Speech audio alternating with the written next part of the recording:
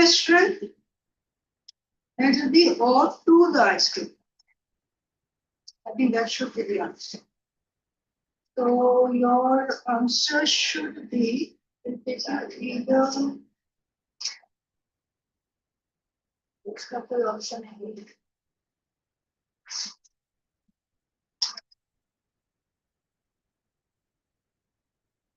All of them say on time, right? Yes, please.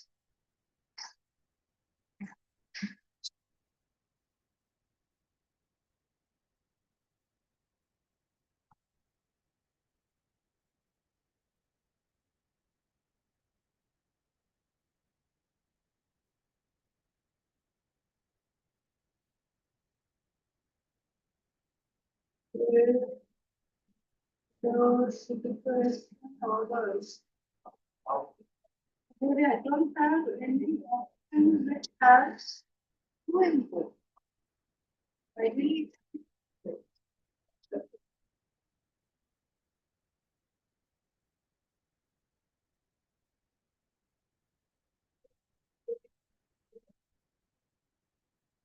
if you see now in parallel structure, both parts of the sentence should be in the same form.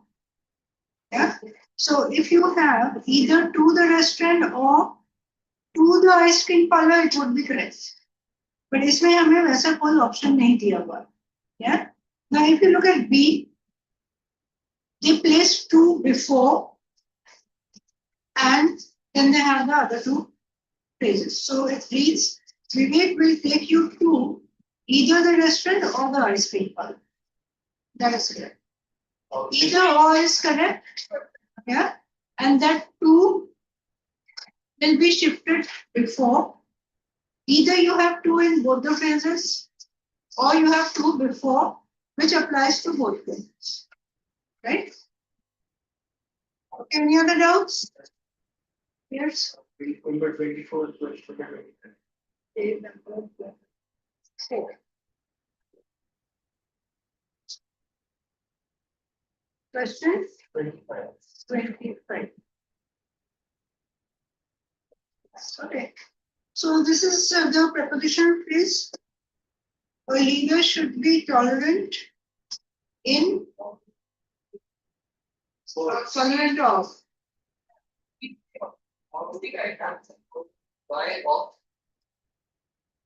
We usually say when we're talking about religion, tolerant of something. Tolerant to will be used when it is associated with a verb after. To do. When you have to do things coming in, then you will use to. Otherwise, tolerant of. Right? Why can't we tolerate words or religion?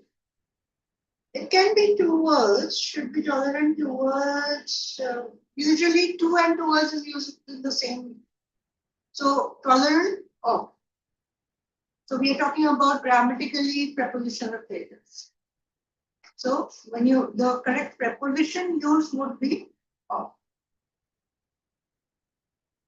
Okay, any other? You've done the exercises? Any doubts? No? Got all of them correct? 29. Okay. Yeah. So you have to choose a part which contains a mistake. It says the sole idea before organizing such a meeting is to increase participation of new recruits in the organization. Okay, if you look at the different parts, the sole idea before organizing such meetings, what should it be? Does it make sense if you say the sole idea before this meeting? Of the meeting, but idiomatically you don't say of the meeting, the idea behind this. Okay, so here instead of before, it will be behind. Right? Such meetings is correct. Participation of, yes, please. Of new recruits is also correct. In the organization is correct. So the only error is or before. If it said the sole idea to discuss, then it would be before. But the idea as such is yeah. What about 50? Was it correct? Yes. Yes, any other? It's.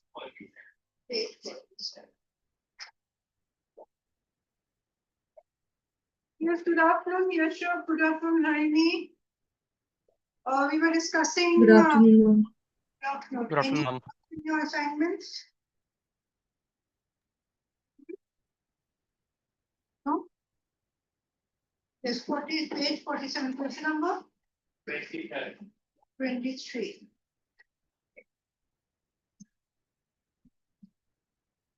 So this is a double negative one. Right?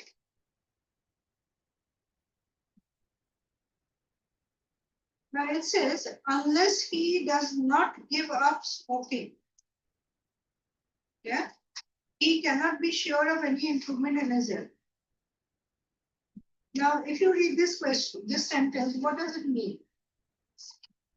He does not give up smoking.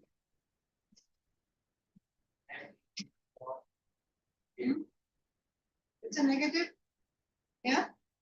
But what are we talking about? We are talking about improvement in his health. So, what will it be? Unless he gives up smoking. He has to give up smoking for improvement in health. So unless he does not give up,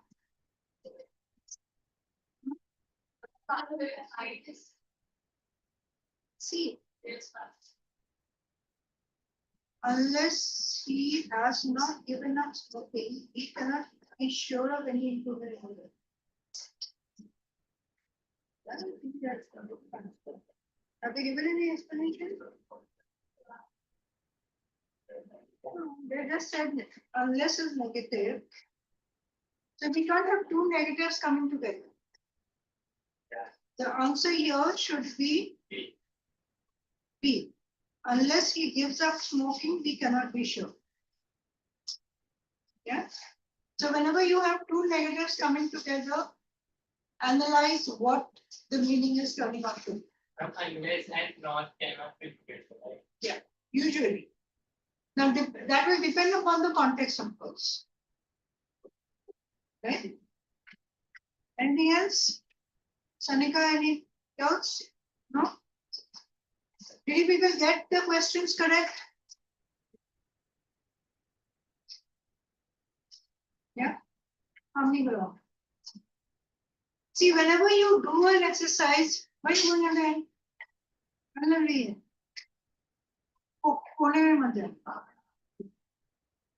Okay, so the main purpose of doing these exercises is what? Yes. Practice and learn from your mistakes. So if you have a mistake, no problem. You can get all of them wrong. That's also not a problem. Problem is when you don't learn from your mistakes. Right? If you get a question wrong, go back to it, see why you got it wrong. Write it down.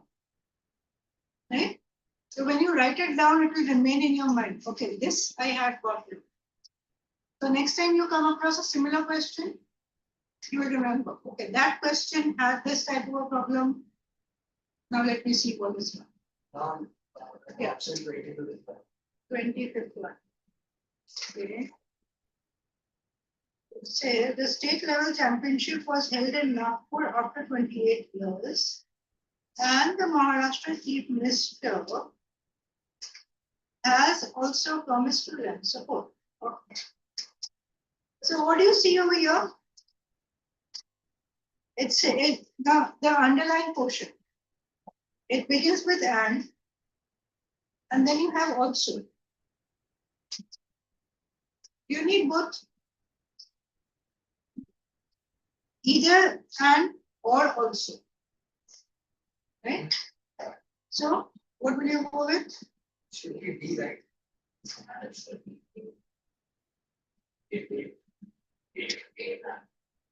And now we also, yes, ma'am, but we don't use right after comma, right?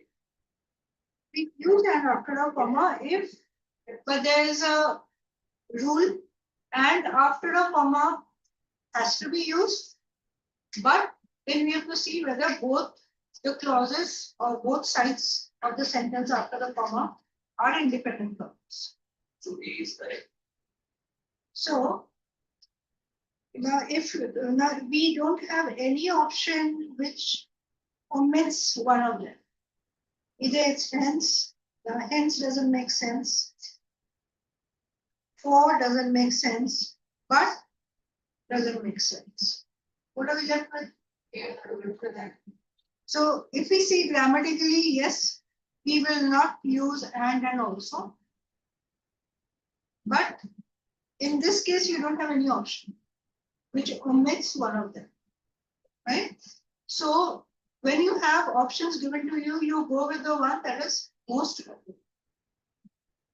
So we will keep and also go. Yeah.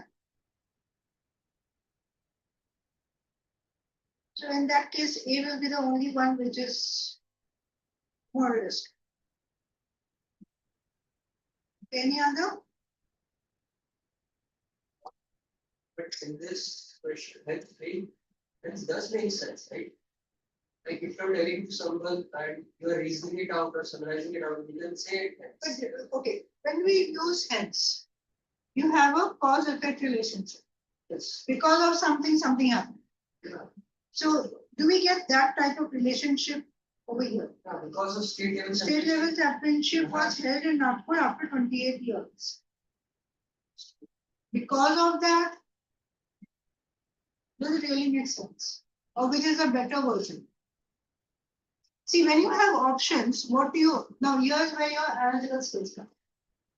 You have to analyze which is the best possible state. The first part of the sentence is a past verb and the option B is about future, right? Yeah, that's So- also in the future. It's in the present. Yeah, it's in Maharashtra Chief Minister has also promised to lend support. and the Actually, first the part- question itself is not properly framed. That's also correct. Was held. Is held before mentioned. So was held and also promised to lend support, that would be the correct version. So this question itself isn't very correct. So if you have such a question, what do you do? Go with the option that is the best possible answer out of the gate, right? So this is one of the questions that shouldn't really be framed back. Okay, any other?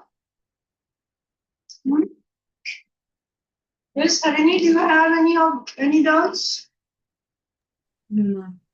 Yes, sure. No, ma'am. No, did you do all the questions? Yes, ma'am. I did all the questions, ma'am. I got some wrong, but I saw the answers and I understood where I went wrong. Okay, good. Okay, so you're all very clear about the prepositions. Okay, today I shared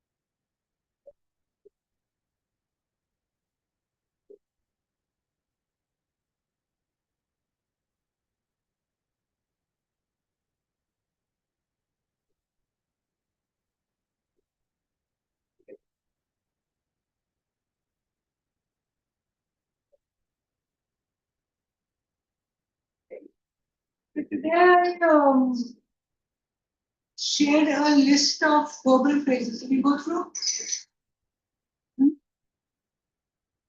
Did you find any you didn't know? Huh? Up here?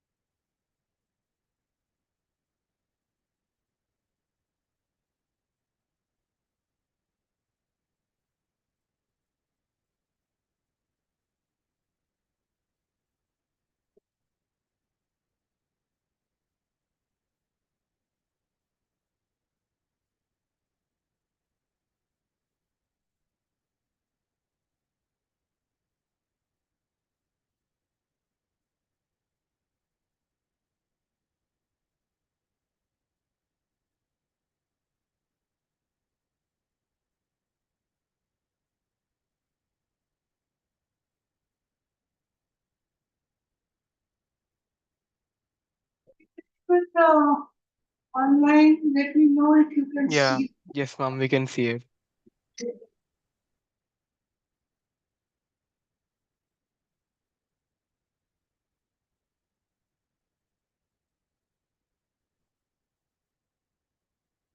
Okay, so we will do the last major portion of the grammar section. Here what?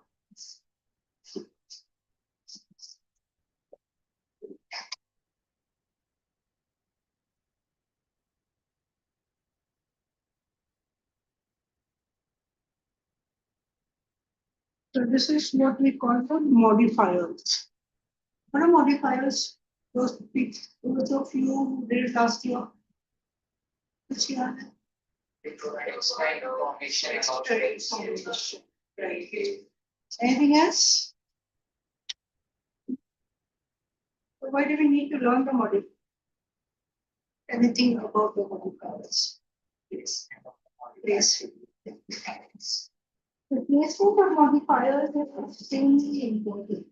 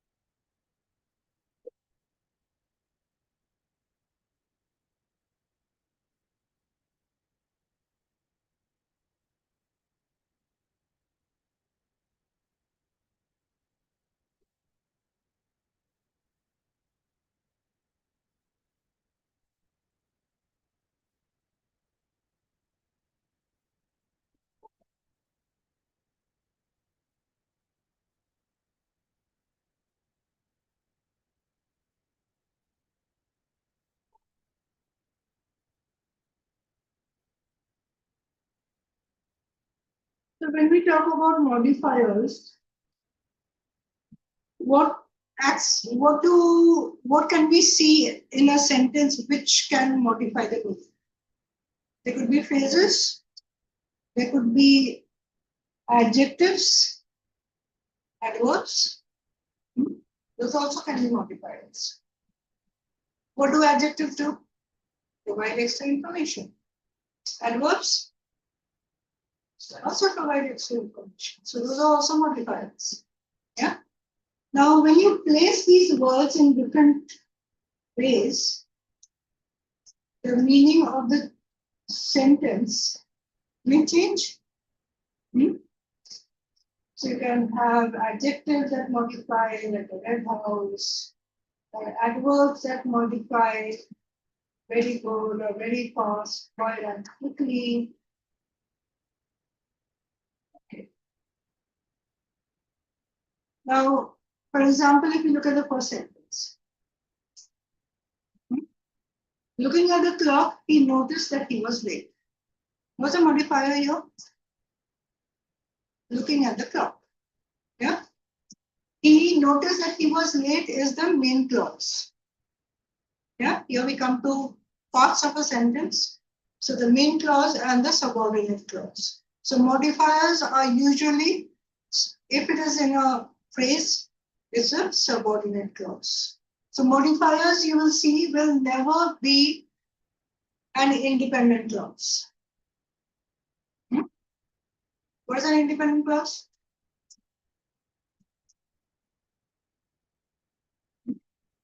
If you break a sentence, the part of the sentence that can be written independently as a complete sentence, that is the independent clause. The part of the sentence which cannot stand on its own is a dependent clause. Yeah, itna hi hai. Yeah. So looking at the clock, is it a complete sentence? No. A modifier will never be a complete sentence. Yeah. So if you break it up, he noticed that he was late. That can be written as a complete sentence. Yeah. But looking at the clock cannot. Okay. Now let's look at these two sentences. He ate only vegetables. I ate only vegetables. And I only ate vegetables. Was it modifier here? Only. Right? In these two sentences, only is placed in two different positions. Do the two sentences mean the same? No.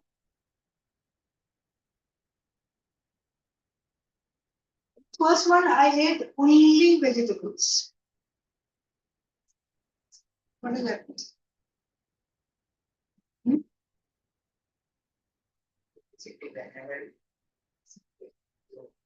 Vegetables. But the second one, I get vegetables, that there was a period in which vegetables were vegetables. Yeah, sort of. Yeah. So there is a subtle difference. So the placement of a modifier, whether it is an adjective, adverb, or a phrase, will change the meaning of the sentence. Right? So we come across two types of modifiers. Now they would ask you what type of modifier it is, but the purpose of knowing what type of modifier it is will help you in improving the sentence. So modifiers usually come in long sentence. When you have a long sentence, a part of it is underlined, or maybe nothing is underlined.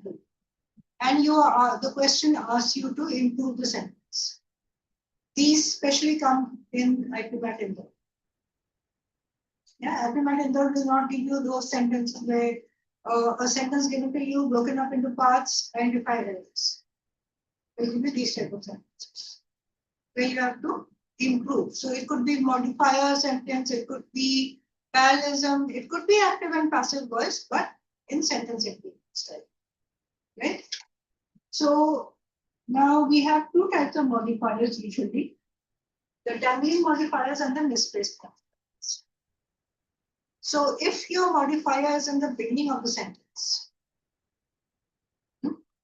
it could be correctly placed or incorrectly placed. So any modifier coming in the beginning of the sentence and not referring to what it is modifying would be called a dangling. So these are errors. Yeah.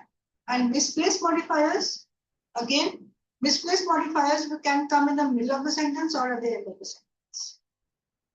And if they are not referring to what they are supposed to refer to, then it's an error.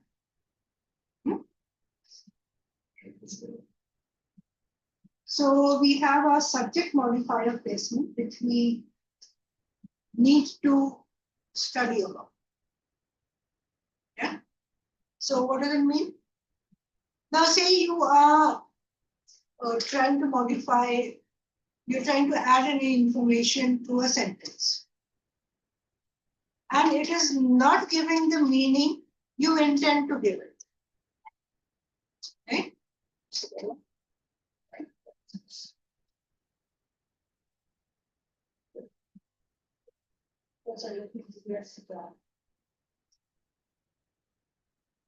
Let's say this one. Lying on the grass, the aeroplane looked very small. Make sense?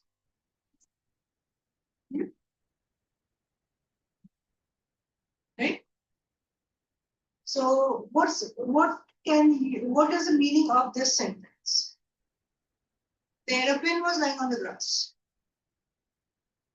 Right? And it looks small. When you read this, the way it is written, that's the meaning that is coming out.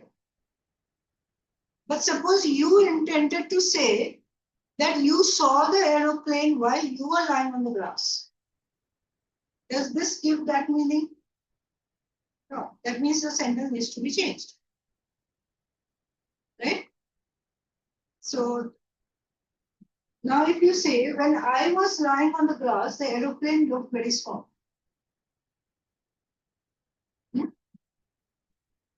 So you were lying on the grass and the aeroplane looked small. That makes sense? Now in these two, the meaning of the two sentences are completely different. The first one implies that the aeroplane was on the grass. Second one implies that you were lying on the grass. Now both are talking about the aeroplane is looking very small. So here, what would be the modifier?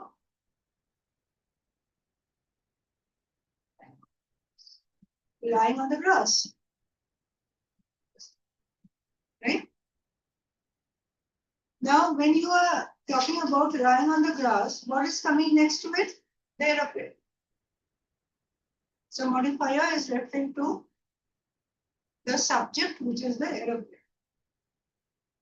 When I was lying on the grass, makes it more specific. Who was lying on the grass? Right? So this is where we call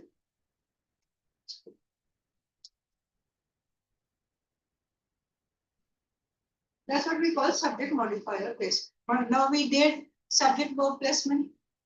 Verb should refer to the subject that it is supposed to. Pronouns, subject pronoun or noun pronoun agreement. Similarly, subject modifier should come together. Right? So if the modifier is in the wrong place or referring to something that it is not supposed to refer to, the meaning changes. Yeah. So we come to the rule. For the rule, a modifier must always match the subject of the main clause of the sentence.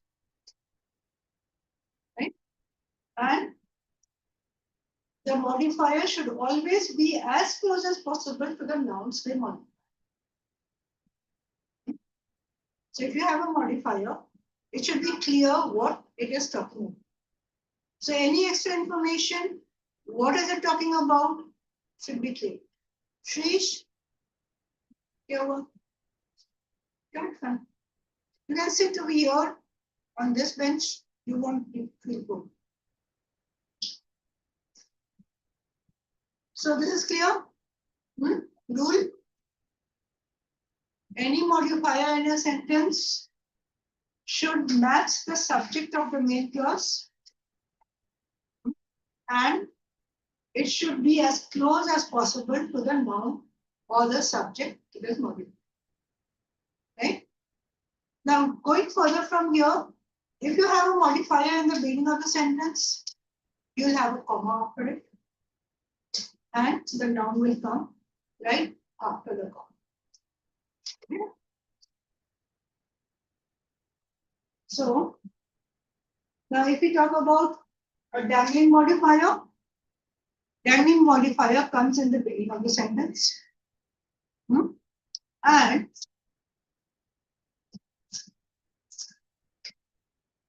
that's what we say. Although it should be, now if it is correctly placed, It should be followed by a comma and then the noun or the phrase it is described. Or the noun phrase it is described. Right? This is the golden rule you have to learn. Whenever you find some extra description in the beginning of a sentence, see what's coming after. Comma hai. Correct. Is the subject right after the comma? And does the sentence make sense? Right? Now, when do we say it is a dangling modifier? When it doesn't follow the rule. Right? So, a phrase that is in the beginning of the sentence, maybe it even has a comma after it, but the subject is not next to it. Then we say it's a dangling. So, identifying the errors in the sentence, whether the modifier is placed properly or not, whether it is referring to what it is supposed to refer to, that's your work. Okay? Or it could also be that the word or the phrase that it is trying to modify is not there. So what will you do? Look for an option which has that particular word or phrase at the subject. So it could be either the subject is not placed next to the modifier or the subject is missing. Two situations can be, right? So we did this. So in the sentence, lying on the grass, the aeroplane looked very small. Now, if we intend to say that I was lying on the grass, your subject is missing. So if we add the subject when I was lying on the grass, the sentence makes sense. Yeah. So when we are dealing with modifiers, what are we looking at? Whether the sentence makes sense or not. If the sentence is not making sense, we try to look at the option that gives us the best possible sentence. So when we are looking for errors, what are we doing? Check the introductory modifier. And what follows after it. So what is a noun? So if it makes sense, then so the noun that comes after the modifier should make sense. So what are you looking at? What thing or object the introductory phrase is referring to? So let us put down what I just said. And how it interacts with the noun that immediately follows it. What do you mean by how it interacts? The relationship. Yeah, what is it talking about? Yeah. So when you look at the relationship, does this sentence make sense? Now what's your modifier? After being beaten and deflated. What's the noun that is coming right after it? Baker. The baker. Yeah. Is the baker being beaten and deflated? What's supposed to be beaten and deflated? The dough. Right? So we have to change the sentence. So after being beaten and deflated, the dough was shaped and seasoned by the baker. That makes sense. Right? So if you have a misplaced modifier or dangling modifier, now the rule remains the same for misplaced modifiers and dangling modifiers. Whether your modifier comes in the beginning of the sentence, in the middle, or the end, the subject that the modifier is referring to should be next to it. Yeah? And usually, modifiers are separated from the main clause with the help of commas. Or if it is in the middle, you can have two dashes. If you have two dashes on sides of a phrase, you know it's a modifier, extra information. Or it could be two commas if it is a middle. Okay, what about this? Meticulous and punctual. David's work ethic is admirable. Looks correct? You sure? Does the sentence look correct? Sure. No. So being beaten and defeated that over. He was No, work this ethic the and second one. after Meticulous and being punctual. yes, hold on. Meticulous and punctual. David's work ethic is admirable. Yes, I feel it's correct because it's about talking about David's work ethic, which means that he is punctual and meticulous.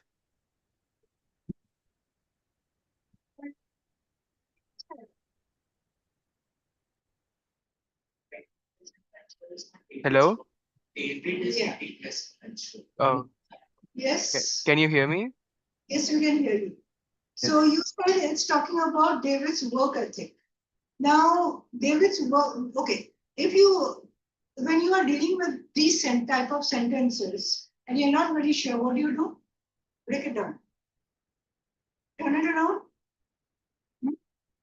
Now, you can, if you say David's work ethic is meticulous and punctual.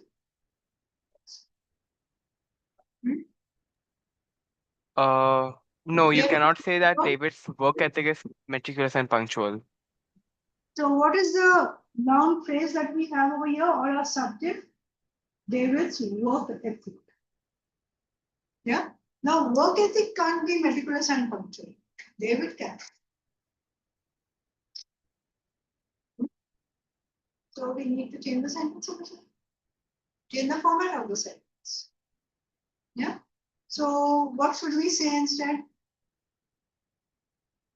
Now you're meticulous and punctual if you keep it there. Then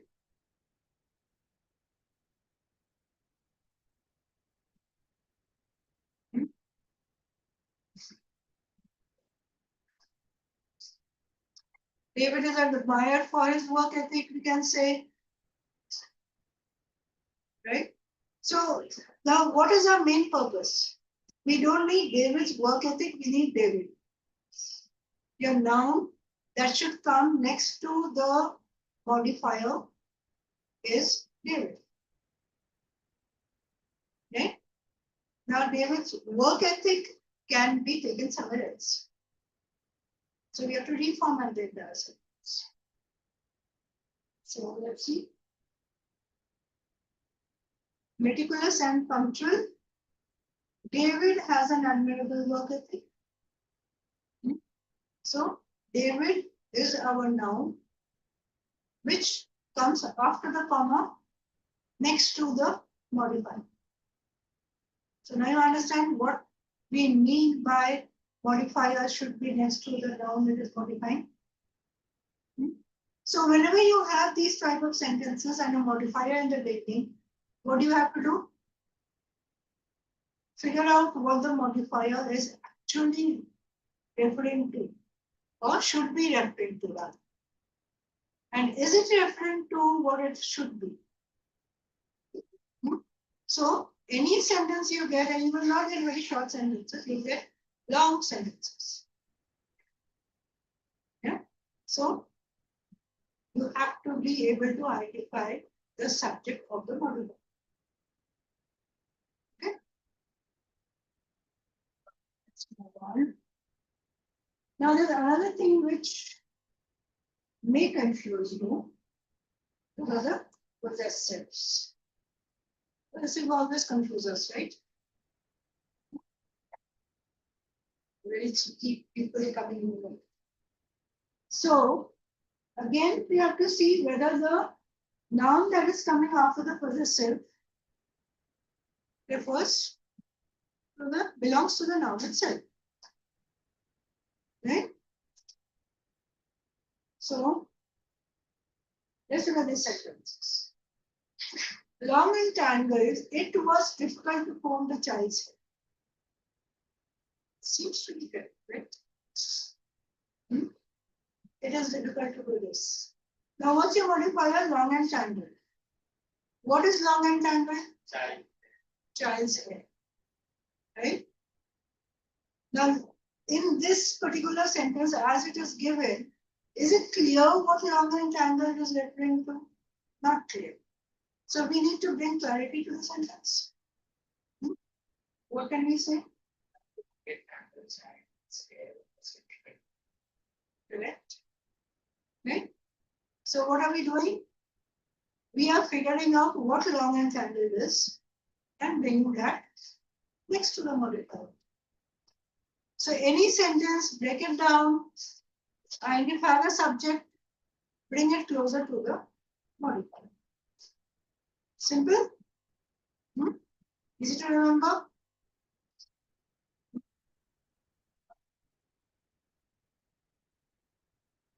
So let's look at this one.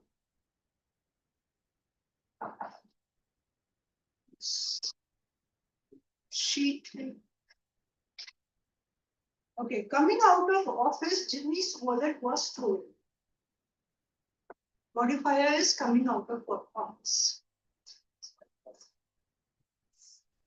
So here the subject as given is Jimmy's wallet. Was Jimmy's wallet coming out of office? Jimmy was coming out of office. Wallet was stolen is okay. But we need Jimmy to be coming out of office, not Jimmy's wallet. Are we correct? Anybody?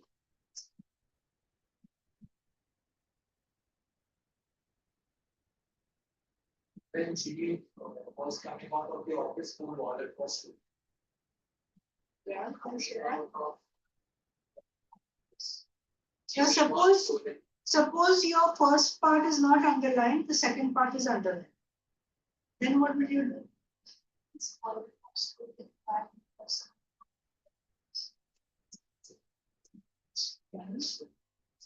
Jimmy's wallet was stolen while he was coming out of office. So there can be different ways of correcting it. Now, when options are given to you, you have to find the best possible option. Right? Now, in these sentences, usually, what do you see? 4 options are given to you. Sometimes 5 may also be given. What do you have to see? In the options, is there any grammatical error? So, maybe 2 options seem correct. What do you do? You find the best possible. Now, when we say best possible, if both are grammatically correct, then the one which is concise and clear. So anything, if there are 2 grammatically correct options, choose the one that is concise and clear. So anything that brings clarity to what is being said. Yeah, without using externals. So coming out of the office, Jimmy was robbed. Office wallet is also correct. Yeah. So if in your options, if all the options have coming out of office in the beginning, and we have no option where we can change the position of the words. So if you have an option like Jimmy was robbed of his wallet, that could be good. Right? Now what about this? Having barked all night, I decided to get rid of my dog. Who barked? The dog or you? I barked. Okay? So that doesn't seem correct. You need to do something about it. So having barked all night. Suppose you don't have any option of changing the position of that. Then you can change only the second part.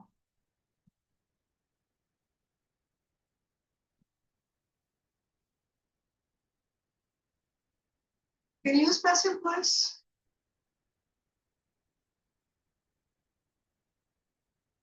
Yeah.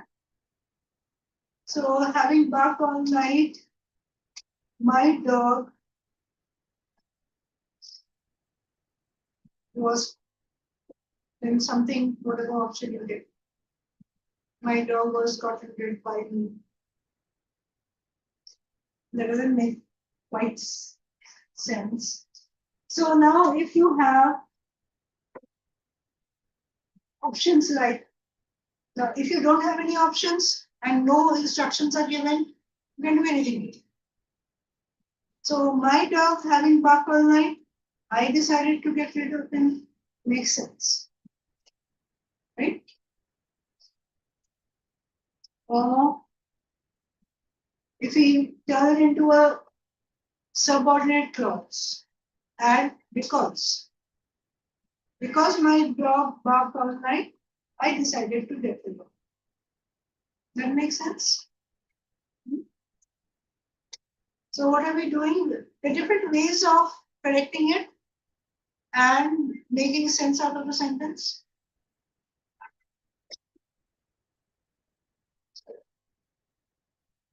Or having barked all night, we change the subject of the main clause to something that makes sense. Yeah, this could also be correct. My having barked all night, my dog now lives at the park. It changes the sentence, but if you suppose you have options, you have 4 options, this is one of the options, and none of the others are correct. So we can go with this, right? So changing the subject can also be an option. Right?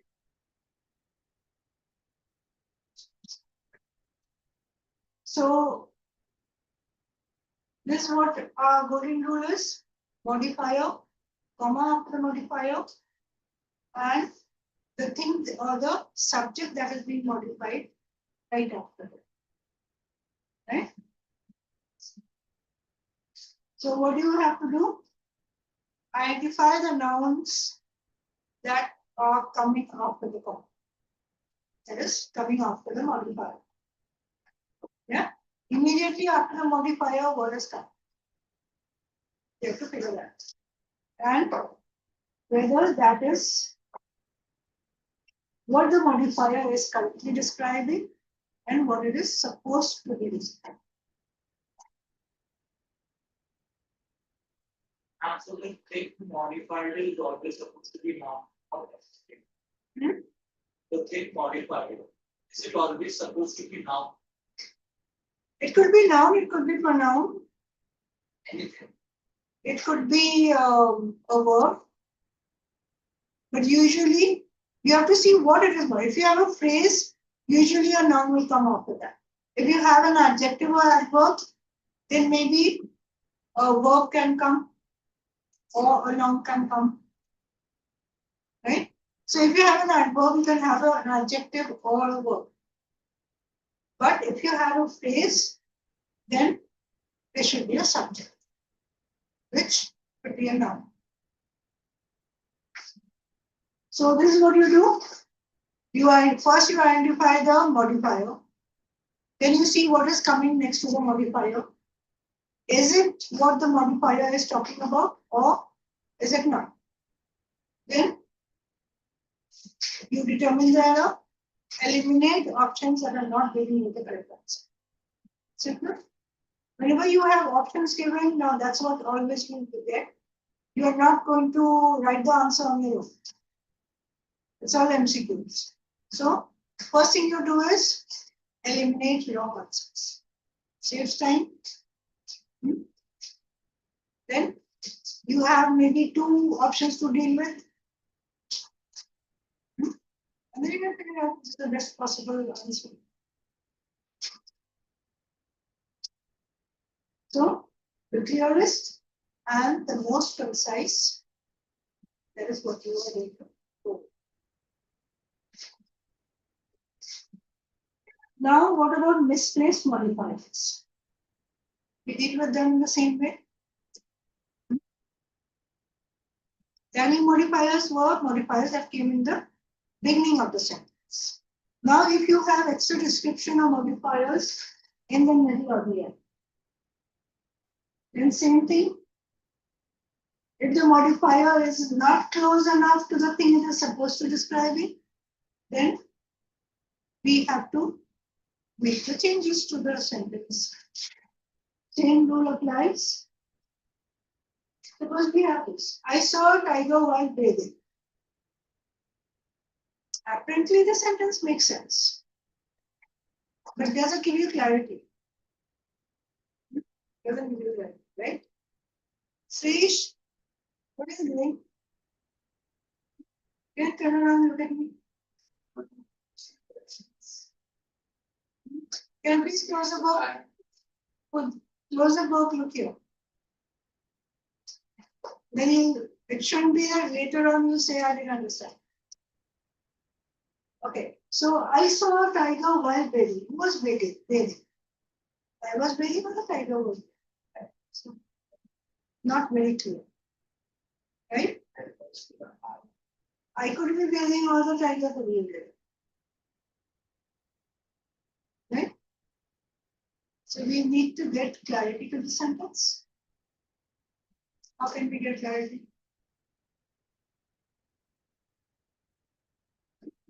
What can I say? While I was bathing, I saw a tiger. Or while bathing, I saw a tiger. Because the tiger bathing, I saw a tiger which was bathing. So we have to get clarity of whether I was bathing or the tiger was bathing. Right? So apparently this sentence may seem correct, but not giving us clarity. Okay? So what's the modifier here? While bathing. Right? While bathing has to be with a subject to bring about clarity. So we can say, while bathing, I saw a tiger. Right? What about this? I sailed in the ship with a big toolkit. I sail in the ship. Now, with a big toolkit is your extra information. In any sentence, what are you looking at? What is the extra information? And what is the main clause? So I sailed in the ship. Is your main clause.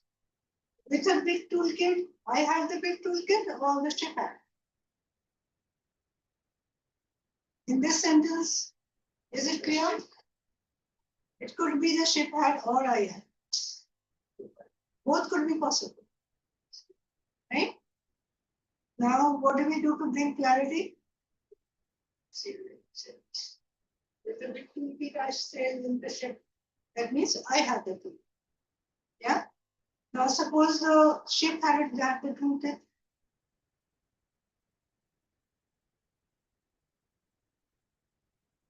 I sailed in the ship which had a big toolkit. Right? So the big toolkit refers to the ship. So the modifier should have clarity on what it is referring. If it is referring now in this sentence, a big toolkit, usually, would you say that the ship had a big toolkit? I sailed in the ship, I'm important, I was doing something. So the best possible sense would be, I sailed with a big toolkit in the ship. Right? Ships do have big. Yeah, ships do have big toolkits, but if you had to say that the ship had the big toolkit, that has to be clarified. Yeah. So I sailed in the ship which has a big toolkit would mean that I didn't have, but the ship did.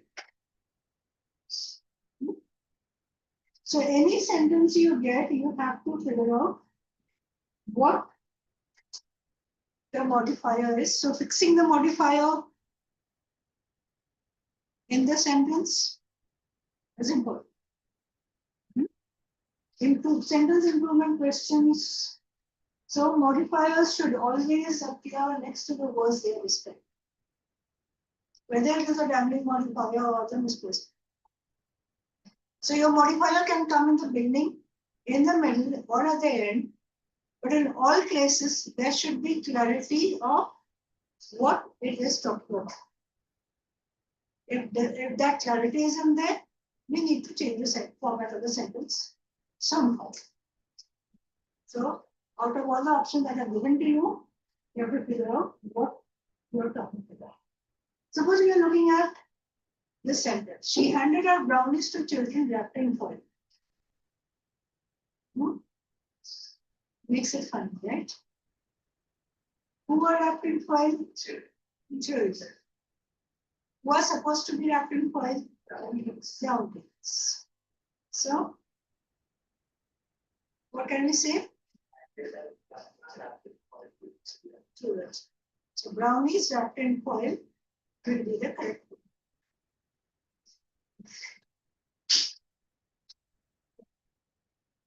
Now let's look at these examples. Running very quickly, Usain Bolt won the race. What is the modifier here? Running very quickly. So modifier is placed in the beginning of the sentence.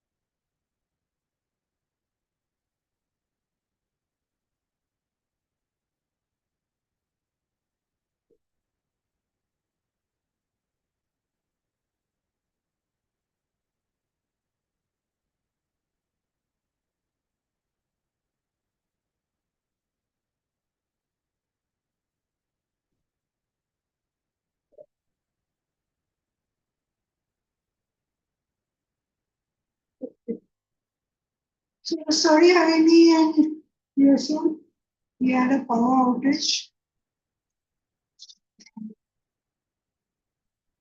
So we will exit so far.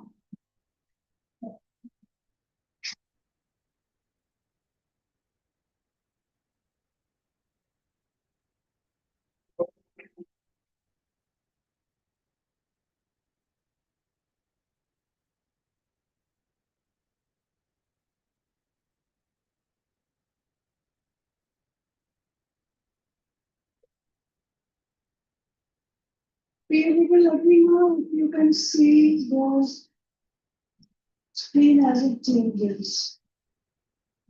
Can you see the screen? What do you Yes, see? ma'am. What do you We see? can see the fixing misplaced modifiers.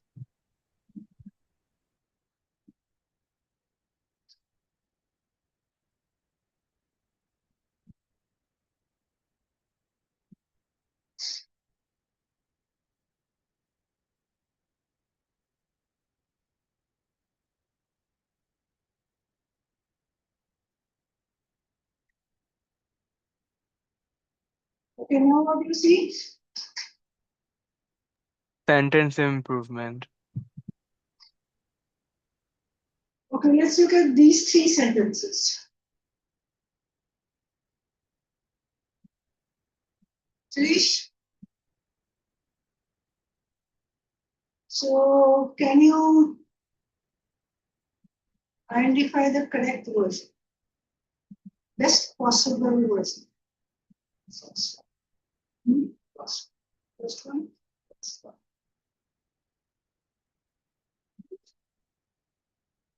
Okay.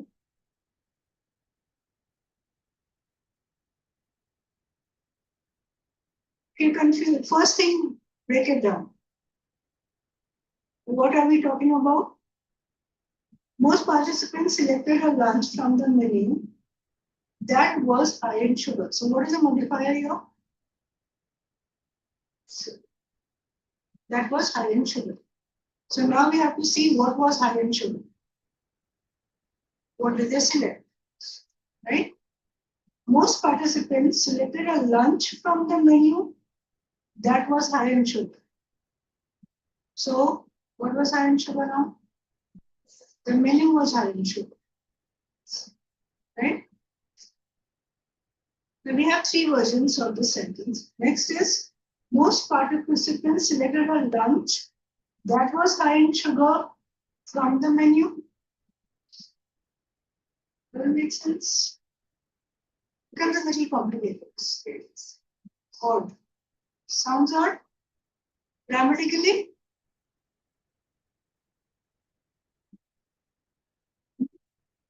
What was high in sugar? A lunch that was high in sugar. Right? They selected a lunch that was high in sugar from the menu. Grammatically, it is correct. But does it give us clarity? Or is it consensus? The first one, again, grammatically, it is correct. The menu can be high in sugar. Or the lunch is high in sugar. Lunch should be high in sugar, right? And the last one,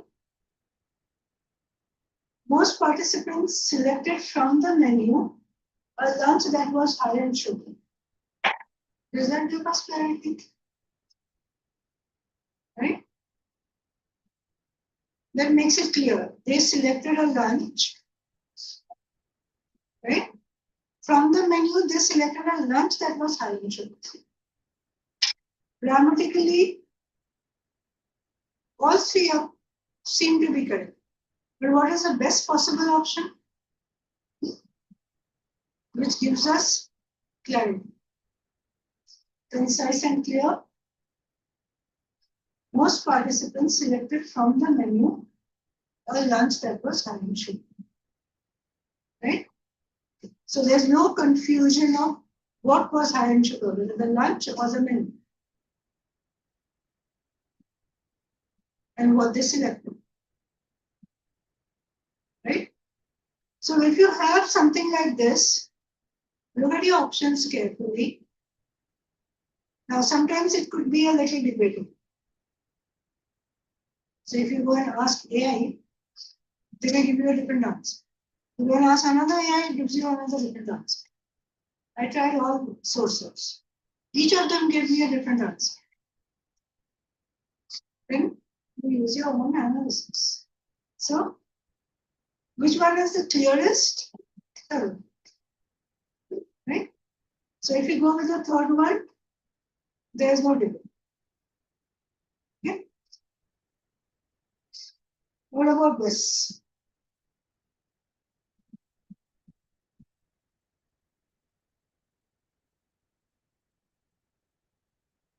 The Girl Scouts went wild when they were told that they had raised $1 million by selling cookies at the troop meeting. Now it's a long sentence. Break it down into parts. The Girl Scouts went wild when they were told that they had raised $1 million. How did they raise $1 million? By selling cookies. Now, the last part is at the troop meeting. Now, the sentence as given, what does it mean? They sold cookies at the troop meeting, which doesn't really make sense. Yeah? It could be, but when we read the entire sentence, they were told,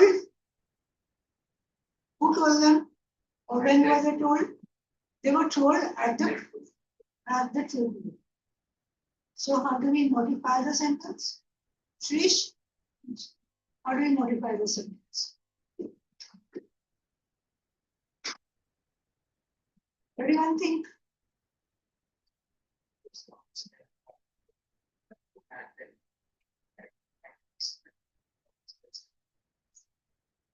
So at the troop meeting seems to be the modifier in this case. It is not placed at the correct position. So they were told at the troop meeting should come together. Okay? So we can say The first house went wild when they were told at the group meeting that they had raised $1 million by selling homes. Does it make sense? So whenever you get a sentence, a long sentence, break it down into parts, analyze what parts go together. Maybe it's not very clear what the or something, nothing is underlined for you. So you have to figure out what the modifier is. What makes sense when different parts of the sentence are put together. Right? Okay, what about this sentence? Neil Armstrong made history as the first man to step on the moon in 1969. Grammatically, is it correct? Grammatically, it's correct. Right? Okay, let's look at this. In 1969, Neil Armstrong made history as the first man to step on the moon. This also grammatically works. Right? Now on this, grammatically. Now, what's the difference between these sentences? There's a difference in the focus. So here's where the context comes in. If you have a paragraph given to you, or maybe 2 sentences or 3 sentences, what do you have to see? What is the context? Now, in the first sentence, what is the focus? Neil Armstrong made history as the first man on the moon. That is the focus. In 1969, additional information. Second sentence, what is the focus? When did he create history? So in 1969 is important. Right? Third sentence, what is important? Neil Armstrong made history is important. So that comes first, and the rest of it is Neil Armstrong made history in 1969. So he made history, and when he made history, that is important. So when you place a modifier in different places of in a sentence, the focus may change. So what do you have to look at? Apart from what it is modifying, what are you intending to focus on?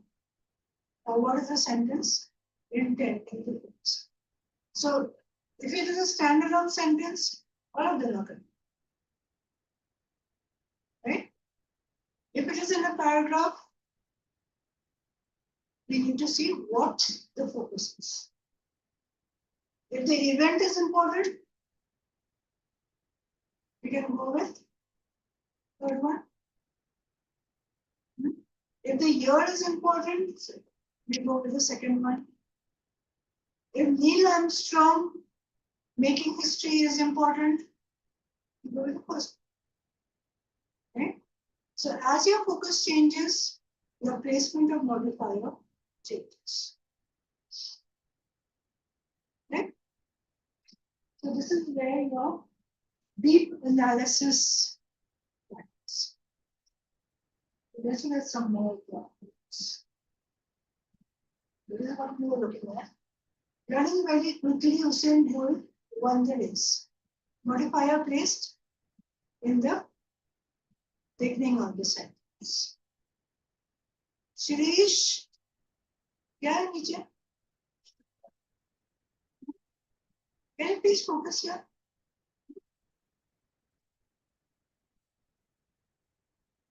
What about this? Usain Bolt running very quickly won the race. Correct? Grammatically, no error. Where is the modifier placed? Middle of the sentence. Is the subject next to the modifier? Yeah? No confusion? Gives us clarity.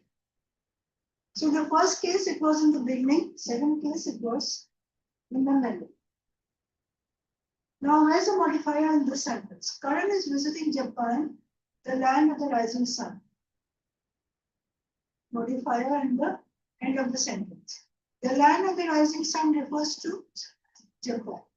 Subject next to the modifier, correct? What about this?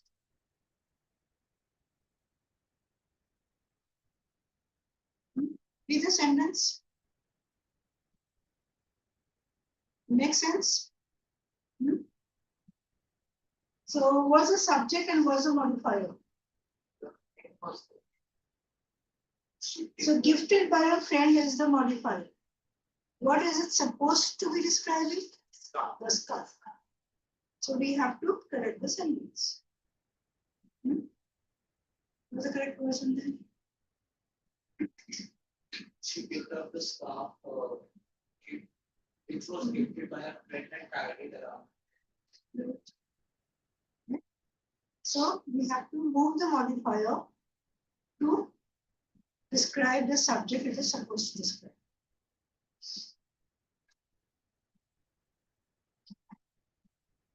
Look at this. The boy was riding the elephant who broke his leg. Make sense?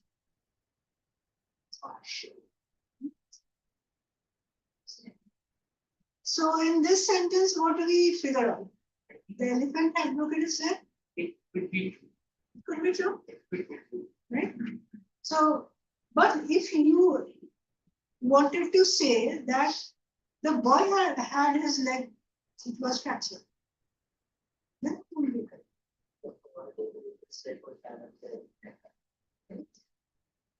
So the boy who broke his leg was riding the elephant. Now both of them are correct in their own place. But it depends upon what you intend to say. Right? So if you have 3 or 4 sentences given to you, then you have to see what the context is. Right? So if the context was that the elephant had broken his leg, was injured, but the boy insisted on riding. Right? So the boy was riding the elephant who broke his leg, would be correct. But if the boy is the subject who have broken his leg, then second version will be correct. So always look at the context. Okay, now let's look at these 2 sentences. Any difference? Is there a difference in meaning? Very much different. So I almost listened to the whole album. What is that? I was listening to it and I've almost finished. Right? But then maybe somebody called or something happened. The lights went out. Didn't finish it. Second one. Okay, was I correct in my first explanation? Was my first explanation correct? नहीं ना? तो सबने हाँ क्यों बोला?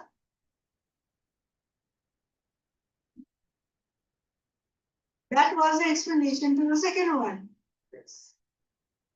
First one का क्या होगा? Almost listen to the whole album means I haven't actually listened to it. Second is I listened to almost the whole album. I didn't finish it.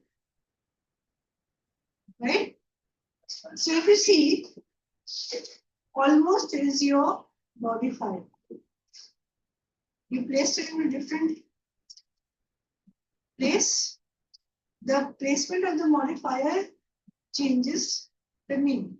So if you look at the context, so if I say, I listened to almost the whole album, but couldn't finish it, makes sense.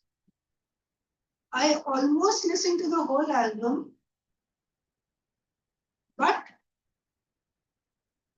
what can follow? But I didn't get a chance. Yeah.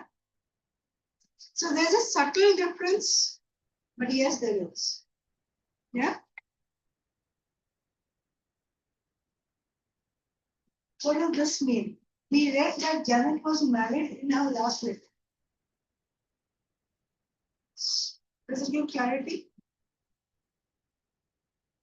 She was married in her last letter.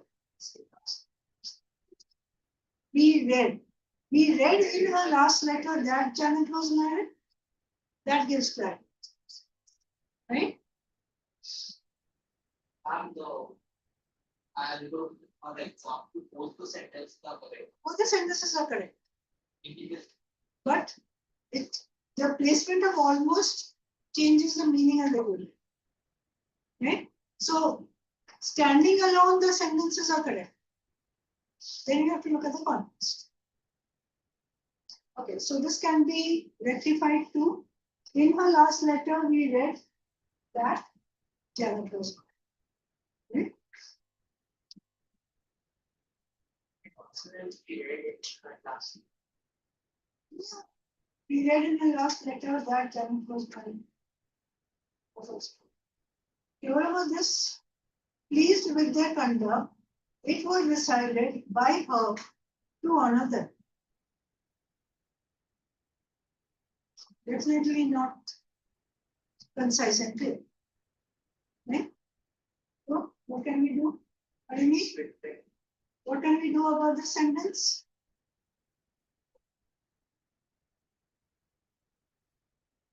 She decided to also. She decided. So, pleased with their conduct, she decided to honor them. So, she was pleased with their conduct, that is clear. And what she decided to do comes after that. Right? So, that was modifiers. Switch it off.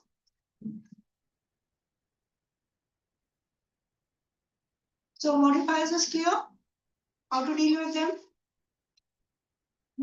Chala, put on leave. You can come in front. So we'll have some air circulation then.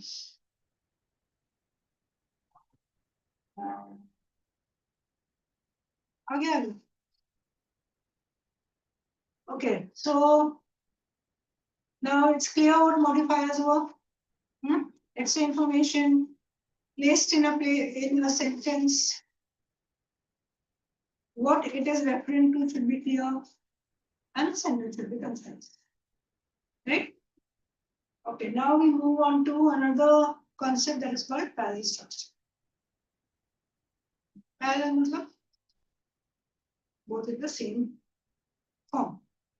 So when you're talking about parallel lines, same angle. Right? So when we talk about parallel structure in grammar, we mean that in a sentence, if you have two or more words or two or more phrases, they are in the same format. Right? It could be a list. Like suppose we say Sonia is known for her independence, her honesty, and being intelligent. Now what do we have here? Her independence. Independence is what? A noun. Honesty? No. Being intelligent?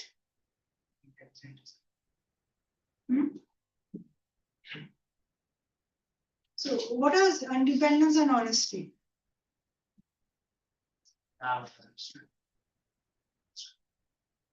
It should be intelligent.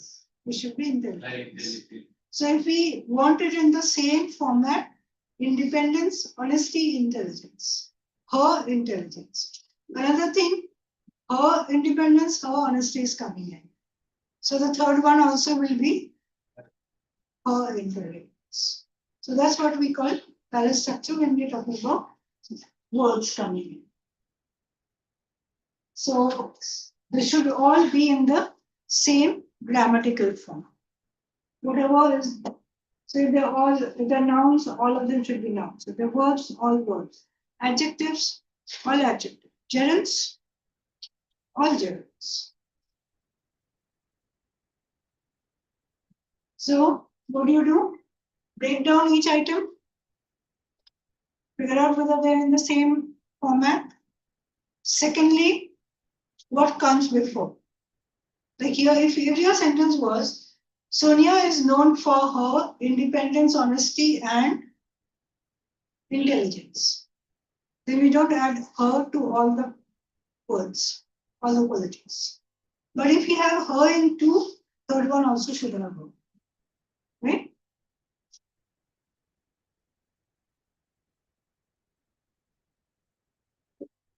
Now, if we have phrases, two parts of a sentence and a conjunction coming in the middle. Then, so we break down the parts of speech, and so if you have a preposition on one side, the preposition should be on the other side also. If you have a verb on one side, there should be a verb on the other side.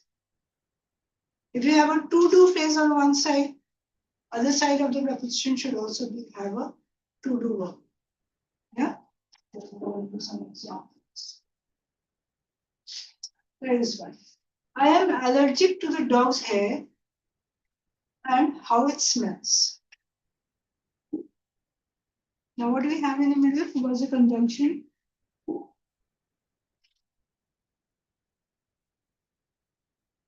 The first thing you do is find your conjunction. Your conjunction is and. What's coming before and?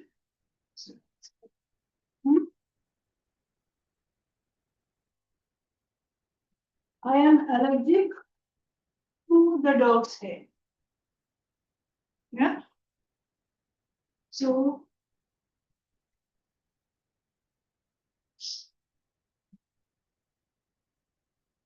this is a bit possessive. Dog's hair, right? And how it smells, is it in the same format? This is not in the possessive form. So that's what we said. The phrase before the conjunction and after the conjunction, both should be in the same structure. So if we have a possessive plus noun, so we have a possessive plus noun. Here also it should be a possessive plus noun, right? So that's what we mean by the same structure on both sides of the conjunction. Now suppose we have correlative conjunctions. Either or, neither nor. If one part has either, the other part should have no. Right? Either or. Neither no. Or. Or we can have a singular. Right? Say, look at this one. Either you must play with him or he will go to sleep.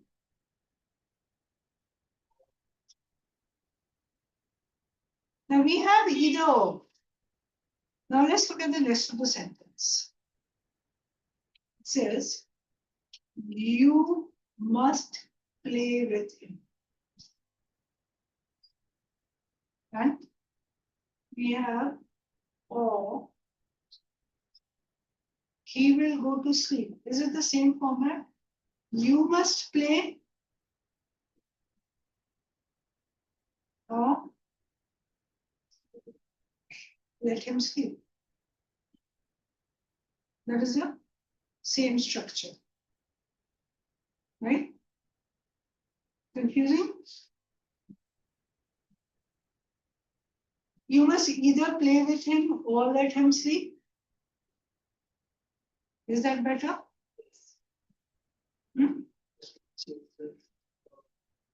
So it's like a verb. You have a verb here. You must either play with him, right? Or let him sleep. Right? What do we have? We have a verb and we have a pronoun here. Here we have a pronoun verb. What are you doing? You must do this or you must do that. You must do this or he will do that. Grammatically parallel, when we are dealing with parallel structure, yeah, grammatically it may be correct. If you don't do this, he will do that. But when you're talking about grammatically parallel structure, then that will not be correct. So you are doing something. Second also will be you are doing something. Okay?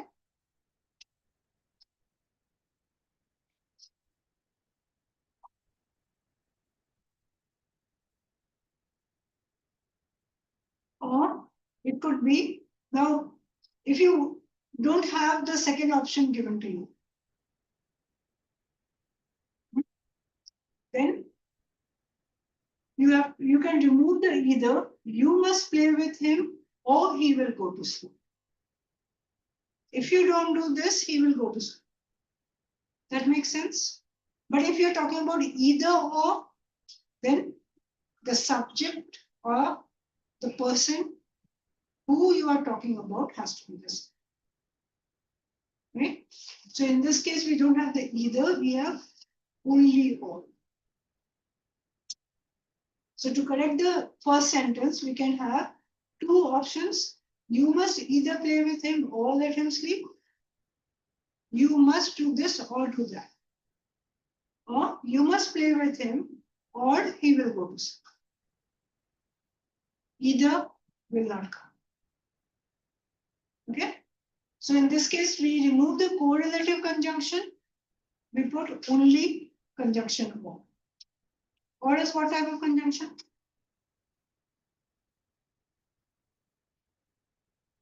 Correlative conjunction. Fanboys? Remember the fanboys conjunctions? So, or is one of the fanboys conjunctions. Already covered. They can come alone. Correlative conjunctions cannot come alone.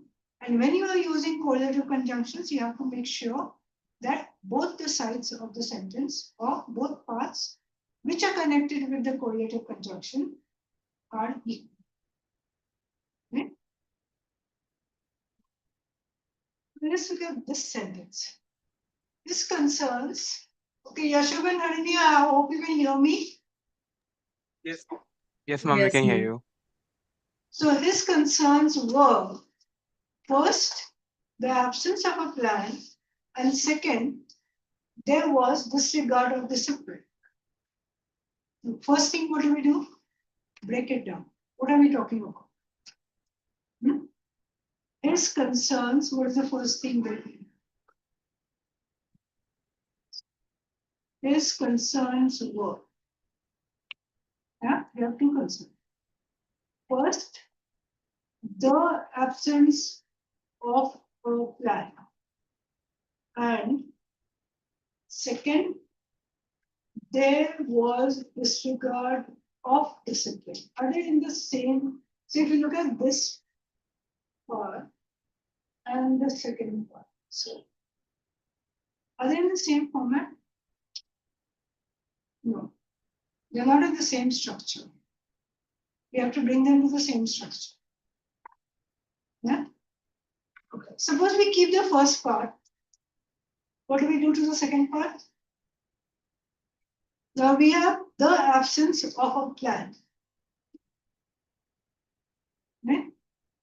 Second part in the same structure will be The disregard of this. the disregard of discipline. Right? Got it now? So when we talk about a parallel structure, see what the structure of the first part is. Bring the second part to the same structure. Or if only one part is, suppose your first part is underlined for you, means you can change only the first. So then what will you do?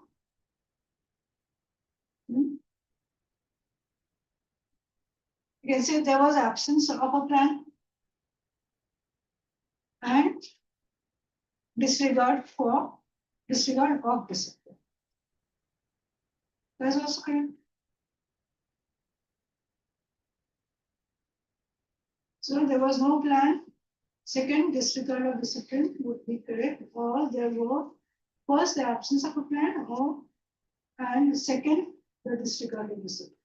Okay, if you notice, there's a semicolon in the middle of it. Give me a semicolon.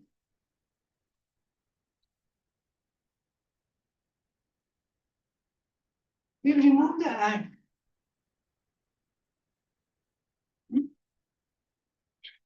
If you remove and both the parts of the sentence stand as independent clauses, we can use a semicolon.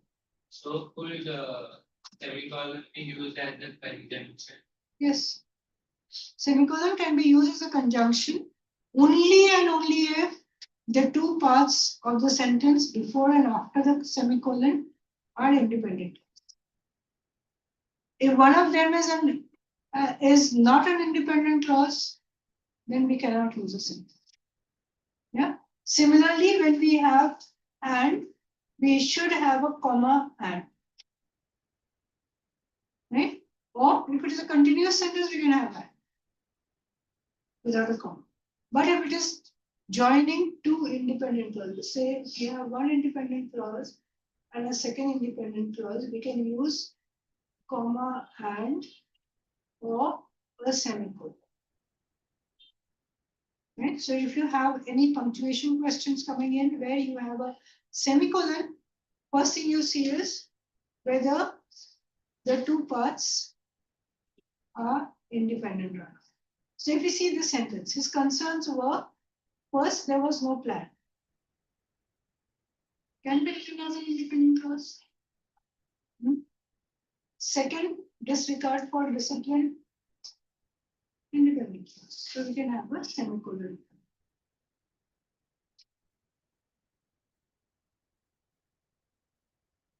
Okay, now if you have a list, all should be in the same format.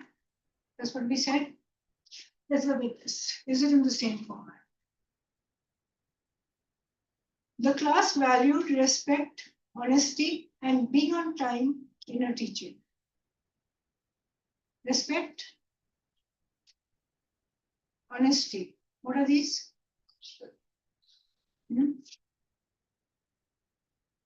Adjectives. Hormones.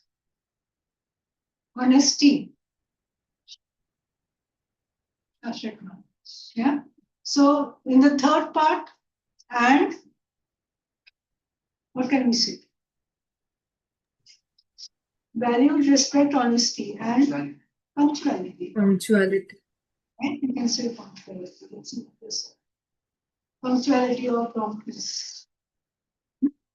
Promptness can also be used. But punctuality would be better because we're talking about time. Okay. Now, when comparing, James enjoys reading more than to write. Is that correct? More than writing. Yeah. Or we can say James enjoys to read more than to write. Can also be. So any sentence given to you, first see whether all parts are in the same. What about this? I think my grandmother's cookies are better than anyone else.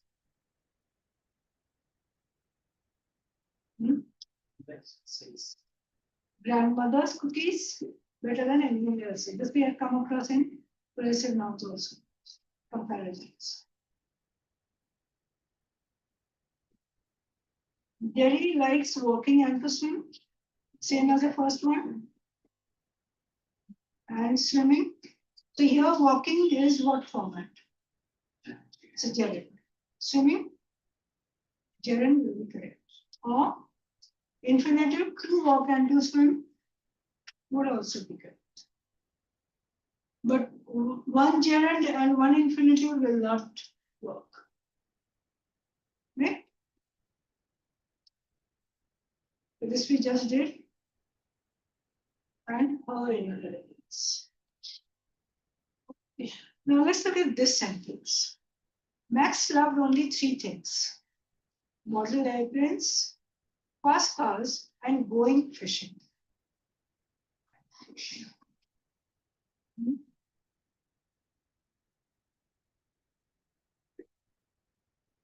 Now this is where you need to analyze a little. Apparently you will say modern airplanes, fast cars, and fishing.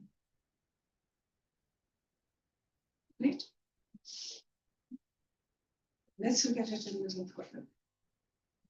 Now, model airplanes is what? A thing. Fast cars is a thing. Fishing, activity. What are we putting together? Thing, activity. Can't go together. You have to separate them. So, what can we do? Put them into two different sentences. Right? So, if you have three items in the list and they are not belonging to the same family, we separate them. Simple? So, what we can say is Max loved airplanes and cars. He also loved to go fishing. Right? So, an activity with a thing doesn't fit. So, when you have a list, you have to be careful in analyzing what is included in the list. Okay? Okay, what about this sentence? Rand Paul supports the repeal of the Affordable Care Act as well as that the Department of Education should be eliminated. So now we break it down. Rand Paul supports. We have Rand Paul supports. What does he support? The repeal of the Affordable Care Act as well as, is your conjunction, that the Department of Education should be eliminated. What do we have in the first part of the sentence? The repeal. The repeal is what form? Noun. Right? So we have a noun, we have a preposition, and a noun again. As well as that the Department of Education should be eliminated. We have verb and a participle. Now we have to get both. Are they both in the same parallel structure? No. So what do? Suppose we have to keep the first part. So we change the second part. What will your answer be? Second part. We have the repeal of the Affordable Act and we should have the same format. The what of the education, Department of Education. The elimination. The elimination. Right? The elimination would be the noun format. Eliminating would be verb. The, okay, if you have the in front of any verb, means it is a noun. Or the come before nouns. So the repeal, that is noun. Similarly, the elimination will be noun. Right? So that is what you do when you have two parts of a sentence not in the same parallel structure. Understood? As well as the elimination of the Department of Education. Okay, what about this one? John wanted to buy a new car partly because of his need to have a reliable vehicle, but mostly because of his greatly desiring to look cool. Break it down. First part, John wanted. What did he want? To buy a new car. Partly because what? Of his need to have a reliable vehicle, but mostly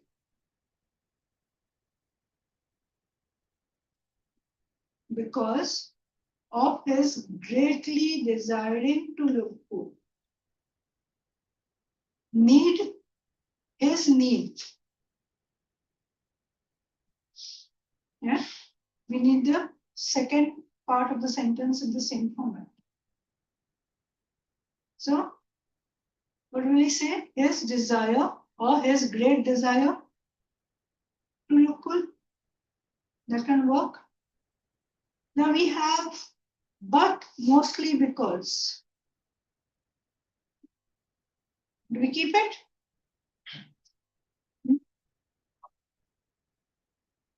So we have partly because,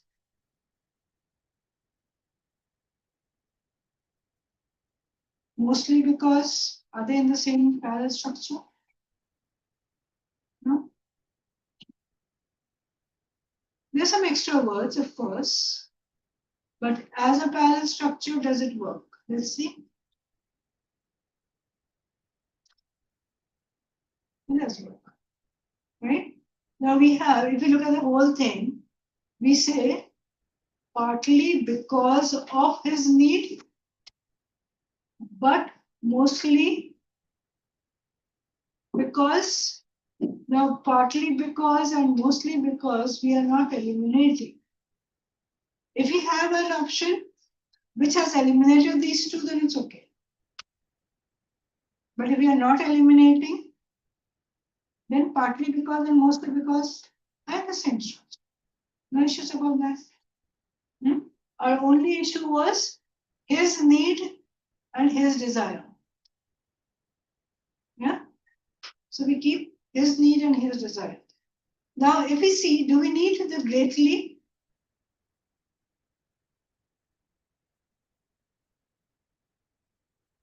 As an addition to the structure, we don't need. So we can remove it. Right? If you have an option where greatly is there and you don't have any option where it is removed, then great desire would be good. Otherwise, the best option would be his desire. Okay, let's look at these sentences. Tom can go to his school by bus, train, or cab. Correct? So we have by bus, train, or cab. Now let's look at the second one. Tom can go to his school by bus, train, or by cab. Is a parallel structure. Either you have by and all, or by and before the three of them. Right? So if we say by train, then it would be good. By bus, by train, or by cab. Yeah, what's the time? 2:15. Okay. Yes. Next, so there are some examples. You can go through these examples. Yeah, I don't need to do this. And this revision of parallel. And one thing remaining would be redundancy. You can do this. So what you will do is you can do exercise 1 of the module 3, chapter 4. Right? Module 3, chapter 4, exercise 1. So most of the questions are from parallelism. Modifier के भी थोड़े बहुत होने चाहिए. You can do this and maybe next time we'll do the last exercise in that chapter. Okay. Okay, and if you have any doubts so far in grammar, next session will be the last session on grammar. And vocabulary का क्या हो रहा है? No one has contributed anything to the group in the entire week. एक भी word नहीं आया. क्यों? Not interested. Huh? 5 minutes of reading. No words. So from whatever you read, come up with words. Even if you think that, okay, I know the meaning of this word, look for synonyms and antonyms. See, what happens is difficult words when you come across, questions will be easy. Simple words, question will be complicated. And especially when it comes to synonyms, antonyms, simple words के synonyms, antonyms. It's a simple word like kind. So kind तो I know the meaning. Synonym, antonym.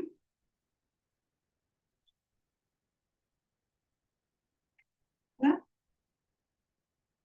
So even if you have simple words, make a list of synonyms and antonyms. Share it with us. Okay? So far, all good? Yeah. Ask a lesson में any problems? नहीं? You need practice. Yeah? So Harini and Yasham? Acha, from the previous assignments, do you have anything pending? No? Hmm? Meena? Okay, do you want any class tests right away? I think we are ready for class tests. Yeah. Huh? काफी कुछ हो चुका है, we need to start on class tests. So we'll start with smaller ones. छोटे छोटे. So you want me to share PDFs or you want printouts? Yeah. What's easier? PDF is easier. You have to get used to the screen anyway. Okay, I'll share a PDF of the class test, say we call it class test 1 on grammar. So it will be a combination of all that we have done. Identifying parts of sentences which are incorrect or correcting sentences that we can do. So we know how much we can have. Chalo then. I think you have initial class after this. Yeah. Yes. Okay then, thank you. You can have a short break, have your lunch.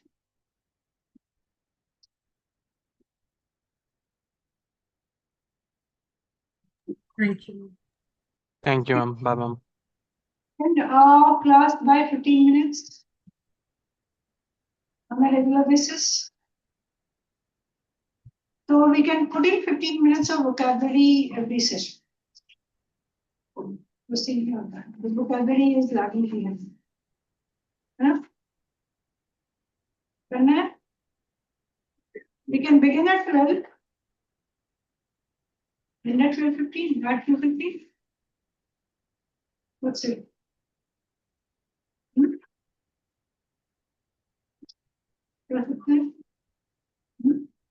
Then if you all agree, I'll ask for a little change. Allow them to tweak the timetable a little. 12 बजे आ सकते हैं, है ना?